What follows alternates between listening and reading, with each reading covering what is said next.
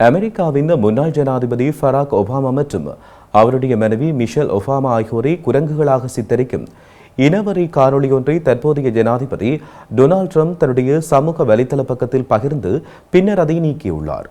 Obama தம்பதிகளை குரங்குகளாக சித்தரிக்கும் இனவரி காணொலியை தன்னுடைய ட்ரூத் சோஷியல் பக்கத்தில் பகிர்ந்த டொனால்ட் ட்ரம்ப் கடும் கண்டனங்களுக்கு உள்ளான நிலையில் அதை நீக்கியுள்ளார். அந்த காணொலி 2020 ஜனாதிபதி தேர்தலில் வாக்கு மோசடி நடந்ததாக கூறப்படும் ஆதாரமற்ற தகவல்களை கொண்டிருந்தது. இதன் இறுதியில் த லயன் ஸ்லீப் டு நைட் என்ற பாடலுடன் ஒபாமா தம்பதியினரை குரங்குகளாக சித்தரிக்கும் காட்சிகள் இணைக்கப்பட்டிருந்தன. மேலும் அந்த காணொலியில் ஜோ பைடன், கிலாரி கிளின்டன் உள்ளிட்ட பல ஜனநாயக கட்சி தலைவர்களும் விலங்குகளாக சித்தரிக்கப்பட்டிருந்தனர். ஆரம்பத்தில் இருவரும் இணைய மீம் என்று தற்காத்து பேசி வெள்ளை மாளிகை ஊடக செயலாளர் கரோலின் லெவிட் விமர்சகர்களை பார்த்து போலியாக கோபப்படுவதை நிறுத்துங்கள் என்று கூறியிருந்தார். இருப்பினும் நிலைமை மோசமடைந்ததை தொடர்ந்து வெள்ளை மாளிகை அதிகாரி ஒருவர் கூறுகையில் ஊழியர் ஒருவரின் தவறு காரணமாக இந்த பதிவு இடப்பட்டதாகவும் தற்பொழுது அது நீக்கப்பட்டுள்ளதாகவும் அவர் குறிப்பிட்டுள்ளார்.